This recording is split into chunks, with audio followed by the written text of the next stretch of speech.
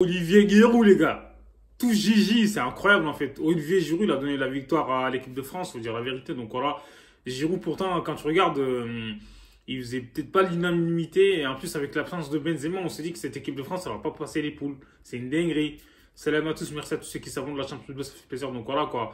Et comme je l'ai dit, l'Angleterre, moi je trouve que l'Angleterre, en fait, dans l'ensemble du match, ils ont dominé ce match. Ils ont eu beaucoup plus d'occasions que la France, mais la France a été voilà, plus efficace. Et il faudra remercier aussi Lloris, hein, je trouve, il a fait un très bon match. Donc voilà, d'entrée de jeu et tout, il fait des bonnes sorties. Mais je trouve que l'arbitrage aussi a été voilà, en faveur de l'équipe de France, faut dire la vérité. Parce que les Anglais, en fait, surtout Saka, il leur a mis la misère en fait.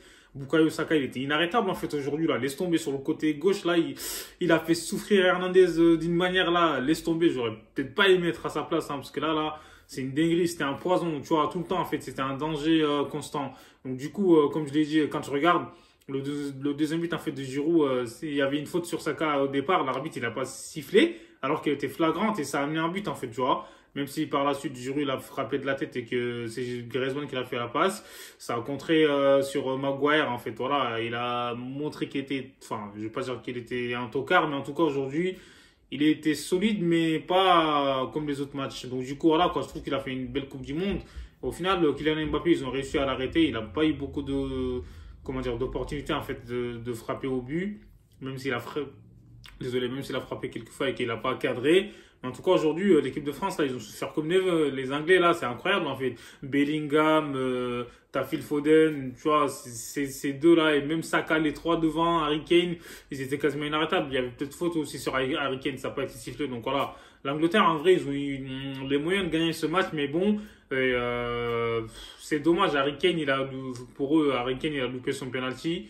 En plus, c'est bizarre, en fait, de frapper face à un gardien que tu connais, tu vois, en plus, c'est son pote. C'est compliqué. Moi, je trouve qu'il aurait peut-être pas dû frapper le deuxième, même si le premier, il l'a mis. Après, c'est le capitaine, il a pris ses responsabilités. Aurélien Tchouameni, il a mis une magnifique frappe. Franchement, c'est incroyable. En fait, entre les jambes de Bellingham, c'était magnifique. Il n'y avait rien à dire. Pickford, faire un Pickford, il pouvait rien faire. Et là, ce match-là, franchement, je trouve que c'était un très bon match.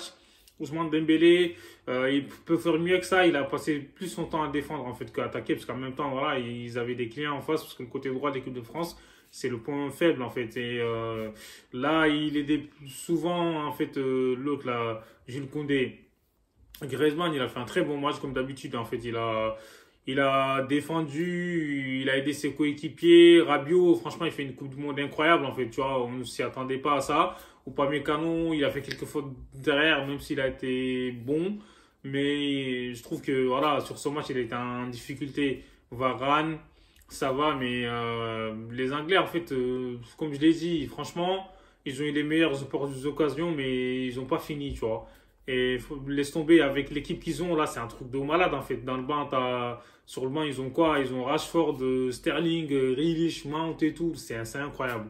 Voilà, et au final, la France gagne et, sans être la meilleure équipe hein, sur le terrain. Et Mbappé n'a pas marqué aujourd'hui, donc voilà, il est tombé sur un os. Walker, Texas Rangers, il a bien muselé aujourd'hui, donc voilà quoi. Et je trouve que, comme je l'ai dit, bah, les Anglais ils peuvent avoir des regrets parce que il y avait de la place en fait. Donc du coup, au final, c'est la France qui gagne et ça promet. La France, elle va jouer contre le Maroc, les gars. C'est une dinguerie.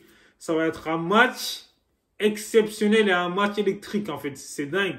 On a hâte en fait d'être à cette demi-finale. Donc voilà, soit ils vont jouer, bah, si jamais la France gagne ou le Maroc gagne, ils vont jouer contre voilà, l'équipe qui va gagner entre la Croatie et l'Angleterre. Abonnez-vous les gars.